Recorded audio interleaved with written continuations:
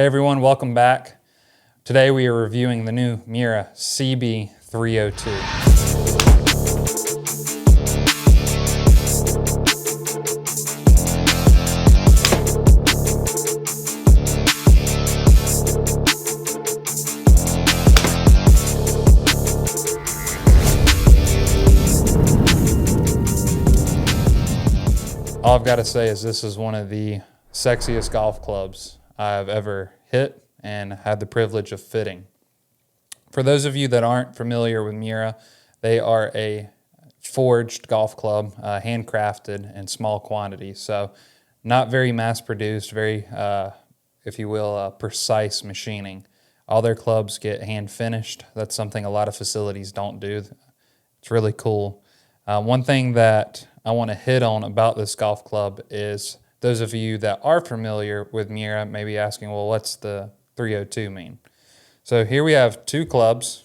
We've got the previous model, the 301, compared to the 302.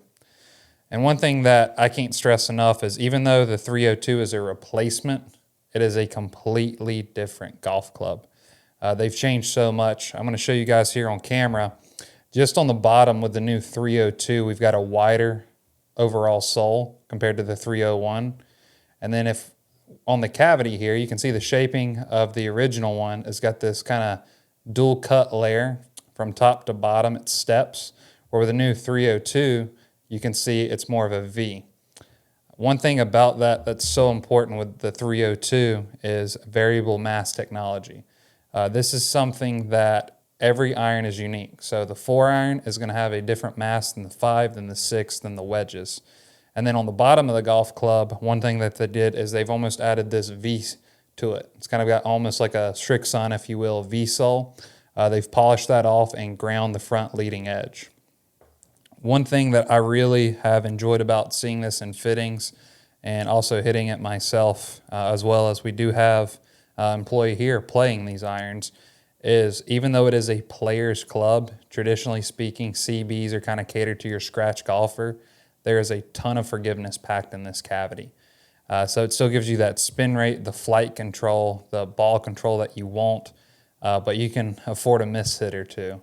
So what we're going to do is we're going to hop in the booth and compare the new 302 against its predecessor, the 301, see what the differences are, get some numbers, and overall just give a general broad compared to one of their blades. Because both of these are player's irons, but you can see there's a huge size difference between a CB and a muscle back blade.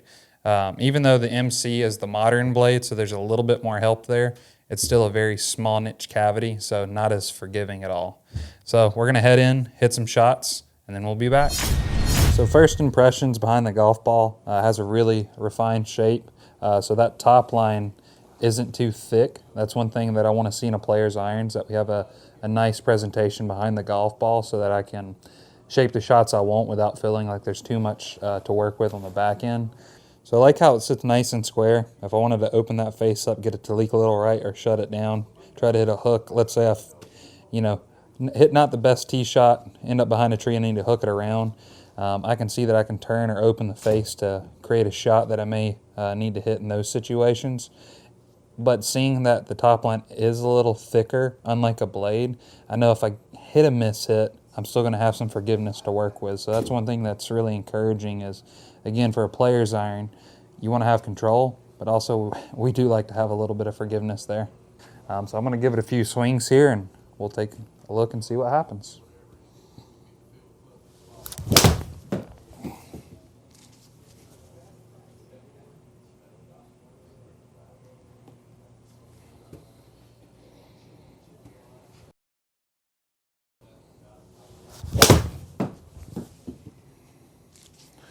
Boy, that one sit good. That felt good.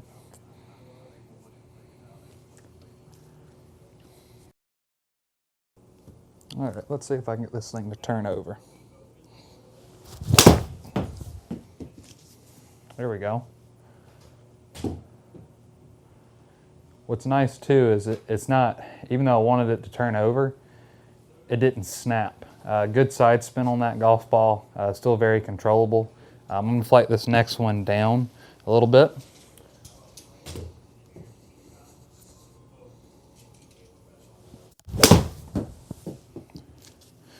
This thing just goes straight. So we can see a little bit flighter trajectory, a little lower. Again, one thing that's just surprising the heck out of me is the total distance, regardless of, I mean, you can see I've got a pretty good cluster here, but I did toe that one just slightly, and it went the same distance as the last shot out of the middle of the face. So very impressed with it. So what I want to see, and probably what you guys and girls want to see, how does it compare against the 301, the old one? Because again, it is such a completely different club. So we're going to hit 5 shots with the 302, then 5 shots with the 301, throw the comparison up to see if it's worth the switch if you're already into the 301s. As you can see here, completely different design. And again, just to reiterate what we talked about earlier, the width of the sole on the new 302 is slightly wider, but you can see it's more beveled, where on the 301 it's flat with just a little bit more angular leading edge grind. So now we're going to hit 5 shots with 301 and see how it compares.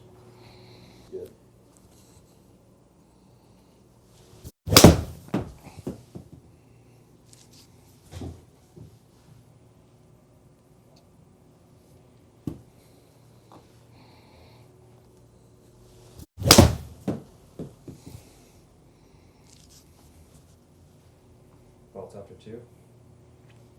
Definitely a little bit firmer, especially with the sole being a little bit more narrow, especially in the mat. You can feel it dig a little bit more. I think that's why that shot honestly turned over. I felt like the swing was pretty good there, but it did dig down. So like with this one in particular, I might need a different lie angle than what I hit with the 302.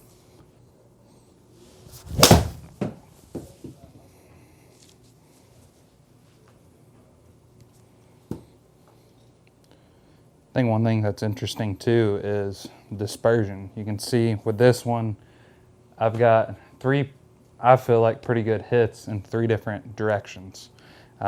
Just like I did in the other club, I am going to try to turn one over, see how it reacts.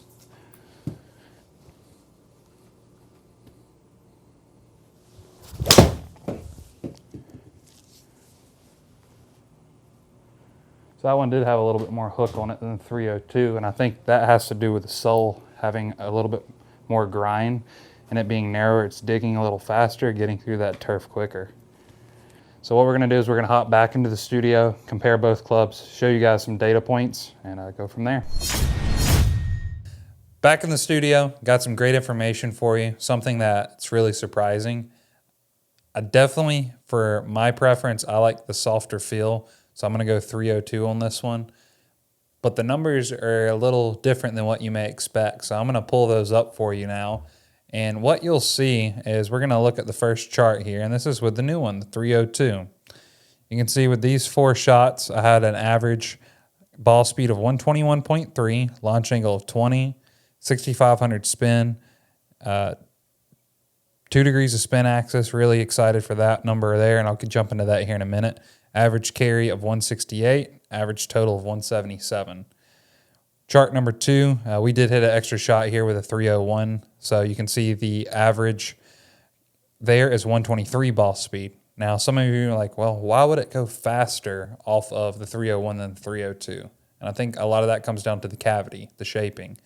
That 301, as you can see here, does have that larger cavity here. So it doesn't have that V angle as the 302 does, that deep V. But also, too, the 302 is a lot softer.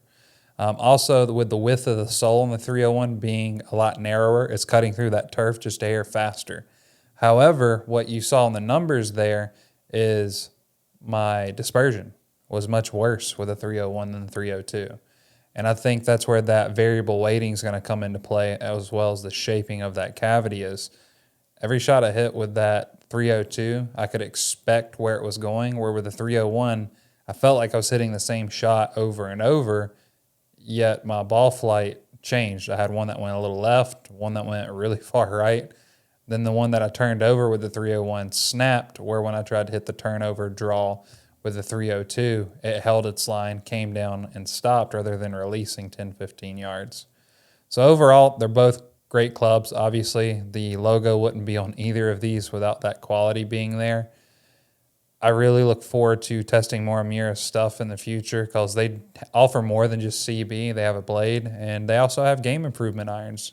So we're going to do some separate videos for those. But really excited to cover these today for you guys. And if you haven't already checked out our podcast, we'll have some of that link below. Turn on your push bell notifications when you subscribe, and we'll catch you on the next one.